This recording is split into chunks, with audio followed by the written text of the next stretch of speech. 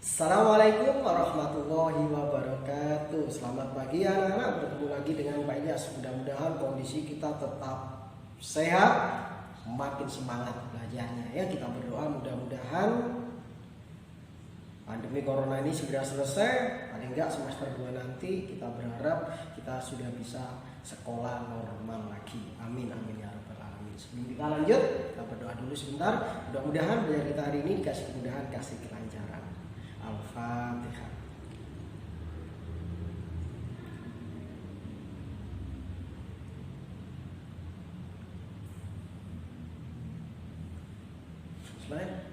Baiklah anak-anak, untuk materi yang terakhir di semester 1 ini kita akan membahas tentang aku cinta Nabi dan Rasul. Aku cinta Nabi dan Rasul. Anak-anak, di pertemuan sebelumnya kita sudah pernah ya, bahkan di kelas 1, 2, dan 3 kita udah diceritakan, kita udah dikenalkan dengan beberapa nabi, dengan beberapa rasul. Karena itu Pak Ilyas tidak akan cerita seperti waktu di kelas-kelas sebelumnya ya kan, tapi Pak Ilyas akan lebih menjelaskan untuk yang pertama ini mengapa nabi dan rasul itu diutus oleh Allah kepada kita. Mengapa nabi dan rasul itu diutus ke dunia ini untuk mengajarkan kita. Kenapa? Anak-anak seperti ini ya.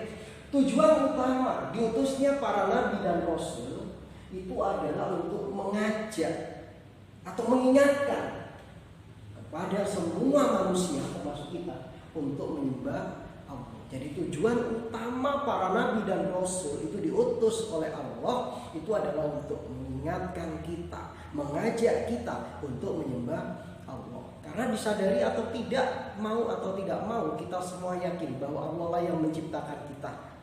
Tapi sayangnya walaupun kita itu sadar, walaupun kita tahu bahwa semua yang memberi kita ini adalah Allah, nafas yang memberi kita juga Allah, udara yang memberi ya juga Allah, kehidupan yang memberi Allah. Walaupun Allah yang memberi, tapi kebanyakan dari kita lupa, tidak sadar, tidak ingat bahwa kita punya kewajiban untuk menyembah Allah. Udah dikasih Allah apapun, tapi ibadahnya masih malas. Makanya nabi dan rasul itu diutus, tujuan utamanya adalah untuk mengingatkan. Jadi kita diingatkan lagi. Untuk apa? Untuk menyembah Allah. Jadi itu tujuan utama nabi dan rasul diutus kepada umat manusia. Sekarang diperhatikan. Nabi Adam pertama kali diutus, diturunkan ke bumi. Mungkin manusia belum banyak. Ada putranya, ada cucunya, ya kan? Masih sedikit. Jadi ketika Nabi Adam menjadi nabi sekaligus rasul, beliau sebagai ayah juga, sebagai kakek juga. Jadi ngajarin kepada putra-putrinya, ngajarin cucu-cucunya. Mengajarin untuk apa? Untuk menyembah Allah. Ketika cucunya masih sedikit, putra-putrinya masih sedikit dan tinggalnya di sekitar rumahnya Nabi Adam, enak. Iya kan? Nabi Adam bisa tiap saat mengingatkan. Nabi Adam bisa tiap saat untuk mengajak putra-putrinya, cucu-cucunya untuk beribadah. Tapi ketika putra-putrinya tambah banyak, cucunya tambah banyak, tinggalnya tambah jauh dari rumahnya Nabi Adam, otomatis Nabi Adam jadi kesulitan, tidak bisa mengingatkan. Lah, putra-putri dan cucu-cucu yang tinggalnya jauh dari Nabi Adam inilah yang akhirnya lama-kelamaan ketika Nabi Adam sudah meninggal, tidak ada lagi yang mengingatkan, mereka menjadi lupa sama Allah, durhaka sama Allah, lupa untuk menyembah Allah. Lalu diturunkan Rasul yang kedua, ada Nabi Idris, ada Nabi Nuh, diturunkan. Untuk apa? Lagi-lagi tujuannya adalah untuk mengingatkan. Mengingatkan untuk apa? Untuk menyembah. Tapi yang terjadi apa? Sama nasibnya. Tidak semuanya percaya. Tidak semuanya percaya bahwa mereka itu hidup harus menyembah Allah. Akhirnya Allah murka. Ya, umatnya Nabi Nuh dihantam dengan banjir bandang. Yang durhaka sama Allah, yang tetap menyembah berhala, mati semua, tenggelam semua. Akhirnya yang taat sama Allah, yang taat sama Nabi Nuh selamat. Akhirnya mereka tinggal di satu tempat. Ketika masih di satu tempat enak ngaturnya, Nabi Nuh ngajarinya enak. Tapi sudah ke anaknya, cucunya tambah banyak mereka tinggalnya jauh. Lama-lama terjadi lagi, yaitu mereka lupa sama Allah lagi, dan begitu seterusnya. Nabinya meninggal, umatnya lupa. Nabinya meninggal, umatnya lupa. Dan begitu seterusnya. Makanya Nabi itu jumlahnya banyak sekali, Rasul pun juga sangat banyak.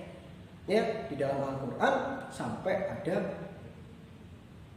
25 nabi yang harus kita, 25 nabi, 25 rasul yang wajib kita ketahui. Padahal jumlahnya lebih dari itu semua. Tujuannya yang pertama sekali lagi adalah untuk mengajak dan mengingatkan manusia untuk menyembah Allah. Itu tujuannya pertama.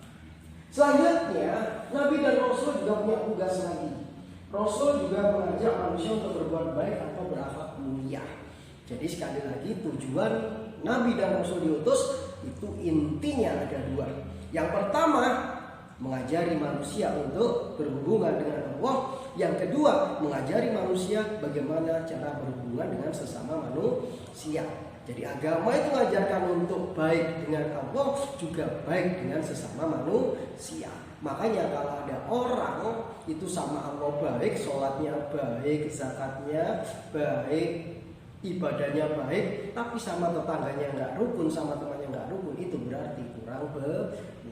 Orang yang beriman, orang yang baik itu dua-duanya harus seimbang. Sama Allah bagus, sama teman, sama saudara, sama tetangga juga bagus. Kenapa? Karena yang diajarin di agama itu memang dua. Cara menyembah Allah, cara beribadah kepada Allah, dan cara bergaul dengan sesama manusia. Jangankan dengan sesama manusia, dengan alam pun kita juga diajarin tidak boleh seenaknya sendiri. Merbang hutan sembarangan juga nggak boleh, buang sampah sembarangan juga nggak boleh. Itu inti dari diutusnya Nabi dan Rasul. Lupa Nabi dan Rasul kan udah habis. Yang terakhir Nabi Muhammad itu pun lahirnya udah 1500 tahun yang lalu. Udah 1500 tahun yang lalu. Terus bagaimana? Siapa yang mengingatkan kita? Nah, al-ulama warasatul anbiya. Al-ulama warasatul anbiya. Para ulama, para kiai, para ustadz yang mengerti ajaran-ajaran agama itu adalah pewaris para nabi. Jadi kita bisa tetap kenal Allah, kita bisa tahu caranya menyembah Allah, tahu caranya beribadah, tahu caranya sholat, tahu caranya puasa, tahu caranya zakat, tahu caranya berhaji. Itu bisa belajar dari ustadz, dari guru ngaji, dari kiai, dari para ulama. Kenapa? Karena mereka juga termasuk sama tugasnya, yaitu mengajak dan mengingatkan manusia untuk menyembah Allah, untuk berbuat baik sesama manusia. Jadi jangan khawatir, walaupun kita tidak pernah bertemu Nabi, tetapi kita tetap bisa belajar agama dari para guru ngaji, dari para ustadz, dari para kiai dan ulama. Itu adalah tujuan utama dari diturunkannya para nabi dan rasul. Ya, untuk selanjutnya adalah sesuai judulnya, aku cinta nabi dan rasul. Gimana kita bisa cinta nabi dan rasul kalau kita sendiri tidak kenal? Padahal pepatahnya tak kenal maka tak sayang. Gimana bisa kita itu sayang kalau kita nggak kenal? Gimana kita bisa cinta sama nabi dan rasul kalau kita tidak kenal? Karena itu harus kenal. Gimana caranya, Pak? Dengan membaca cerita, membaca, ingat-ingat, membaca. Boleh Pak teman-teman? Boleh. Tapi yang lebih penting, lebih utama adalah membaca. Ya. Dari mana kita bisa membaca? Yang pertama jelas dari Al-Quran. Karena pedoman utama umat Islam adalah Al-Quran. Karena itu kita bisa kenal dengan para nabi itu dari Al-Quran. Termasuk seperti yang ada di sini. Rasul yang wajib kita ketahui ada 25. Dari mana kita tahu? Dari Al-Quran. Jadi di Al-Quran itu sudah dijelaskan bahwa nabi dan rasul itu yang wajib kita kenal, yang diceritain dalam Al-Quran itu ada 25. Tapi hari ini anak-anak Anas tidak akan ceritakan semuanya. Kita kenalkan paling nggak ada 5 saja nanti yang kita akan ceritakan. Mudah-mudahan dengan mengetahui cerita mereka, dengan kenal dengan para nabi ini, kita timbul kecintaan, kita timbul rasa kasih sayang kepada mereka, sehingga kita mampu menjadi umat yang bertakwa, melaksanakan semua perintah Allah dan menjauhi semua larangannya. Baiklah anak-anak, kita mulai. Yang kita kenalkan yang pertama adalah Nabi Ayub. Nabi Ayub ini anak-anak dikenal sebagai nabi yang penyabar, sabar banget, tabah banget. Dari mana kita tahu? Dari kisah beliau yang ada di dalam Al-Quran. Ya, kehebatan beliau dalam beribadah itu luar biasa, anak. Sampai setan-setan itu nggak terima, izin sama Allah. Ya Allah, Nabi Ayub itu sholatnya bagus, ibadahnya bagus. Ya mentang-mentang dia masih sehat, dia masih kaya. Coba kalau miskin, itu kata setan. Tapi Allah bilang, ya coba aja kalau mau nyoba. Bener ya Allah ya, saya coba. Akhirnya Nabi Ayub dicoba anak-anak. Ada beberapa cobaan yang diberikan waktu itu kepada Nabi Ayub yang dilakukan oleh iblis untuk menggoda. Yang pertama, Nabi Ayub itu terkenal dermawan karena beliau sangat kaya. Yang pertama, dihabiskan hartanya, jadi hartanya habis. Waktu itu semua gudangnya, semua kebunnya itu kebakaran bersamaan. Jadi semua harta Nabi Ayub waktu itu habis, semua ludes semuanya. Ketika para pegawainya lari, Nabi Ayub, gudangnya kebakaran, kapalnya kebakaran, kebunnya kebakaran, semuanya habis Nabi Ayub. Nabi Ayub cuma bilang, Inna lillahi wa inna ilaihi raji'un. Sabar pegawaiku, inna lillahi, sesungguhnya semua itu milik Allah. Wa inna ilaihi, dan sesungguhnya akan kepadanya lah, akan diberikan kepada Allah raji'un, barang-barang itu akan kembali. Jadi Nabi Ayub cuma bilang, udah nggak apa-apa, itu juga milik Allah, mau diambil ya silakan. Luar biasa. Iblis jagalnya luar biasa. Ya kok izinkan lagi untuk menggoda Nabi Ayub, silakan. Ketika hartanya udah habis, putranya, ya kan, anak-anaknya, ketika sedang berada di rumah, tiba-tiba rumahnya runtuh, semua putranya meninggal. Ketika Nabi Ayub tahu itu, beliau cuma bilang, ya Allah, inna lillahi wa inna ilaihi raji'un.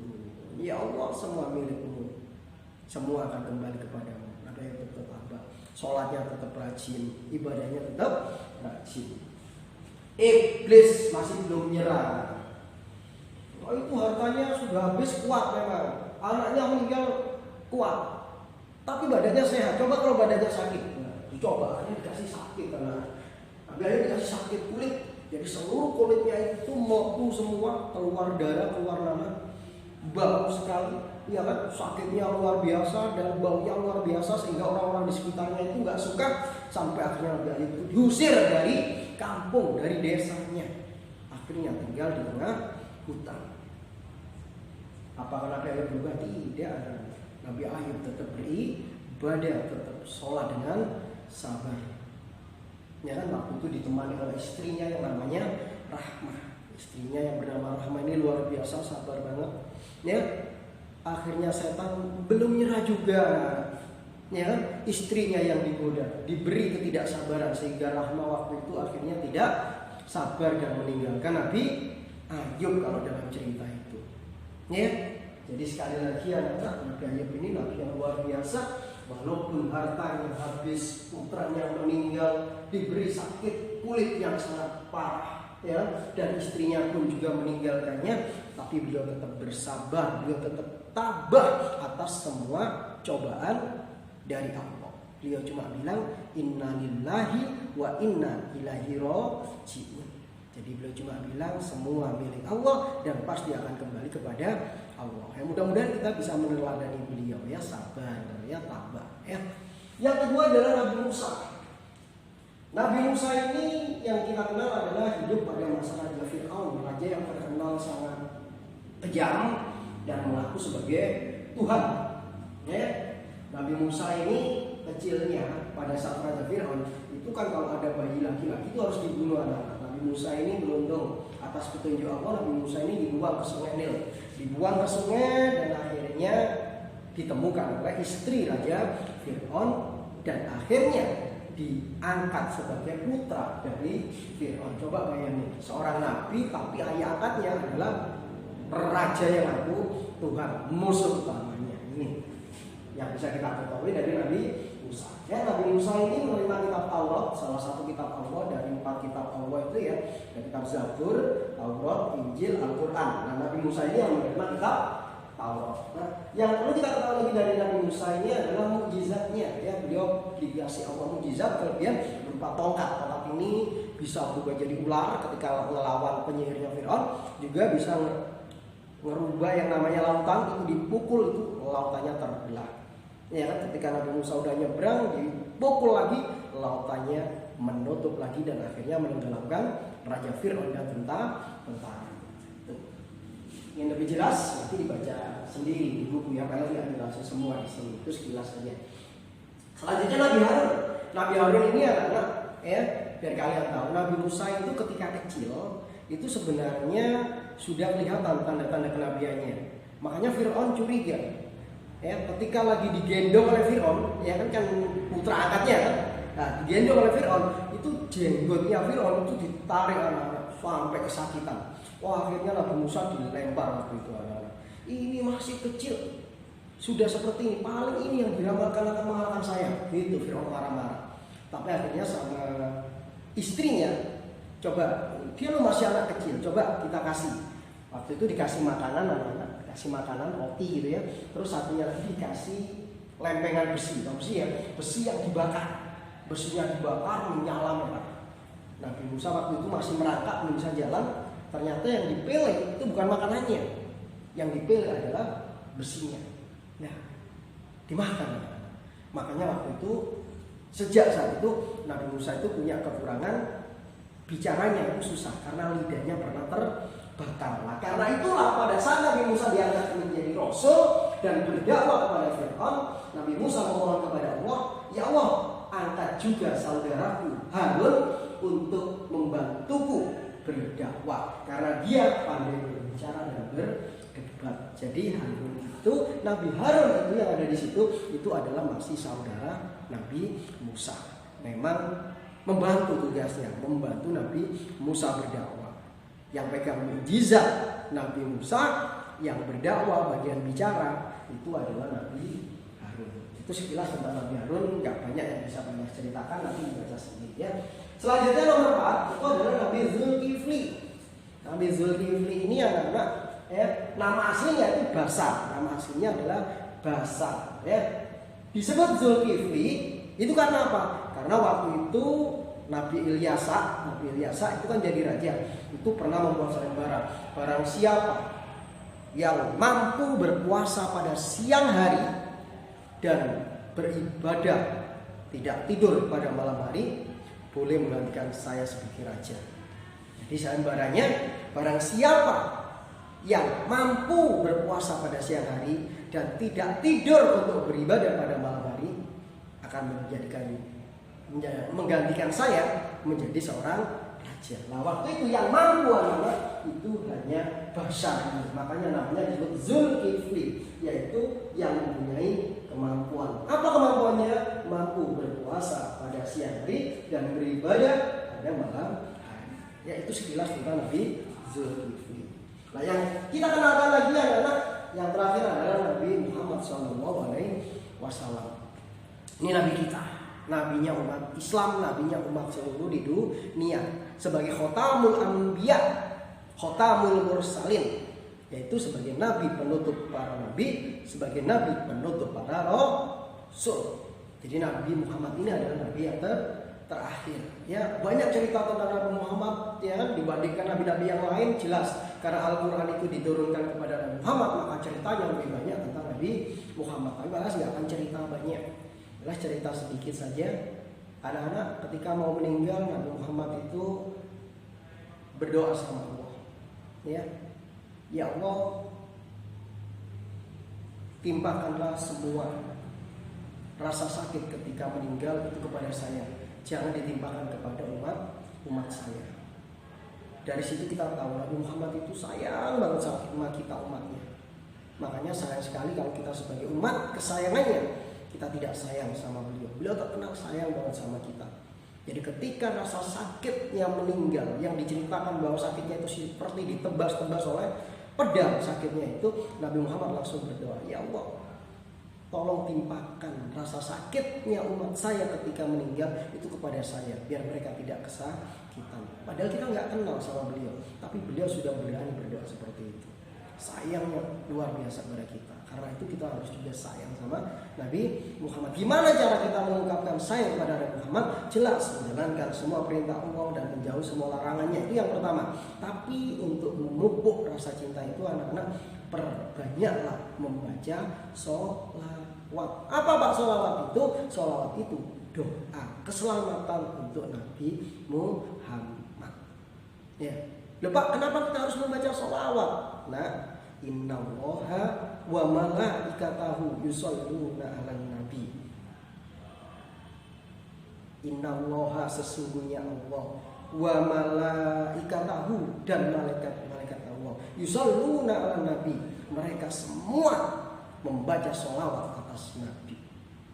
Loh, kalau Allah saja membaca sholawat, malaikat membaca sholawat, bagaimana dengan kita? Harusnya kita lebih banyak membaca sholawat. Makanya dilanjutin perintahnya, ya ayyuhalladzina amanu shollu alaihi wasallimu taslima. Wahai orang-orang yang beriman, perbanyaklah membaca sholawat. Minimal bacalah sallallahu ala Muhammad, sallallahu ala Muhammad, sallallahu ala Muhammad. Mudah-mudahan kita semua nantinya akan bisa mendapat syafaat dari Allah, mendapat syafaat dari Rasulullah. Karena apa? Banyak membaca sholawat. Baiklah anak-anak, itu yang bisa saya sampaikan hari ini. Mudah-mudahan ada guna dan manfaatnya. Balas akhiri, assalamualaikum warahmatullahi wabarakatuh.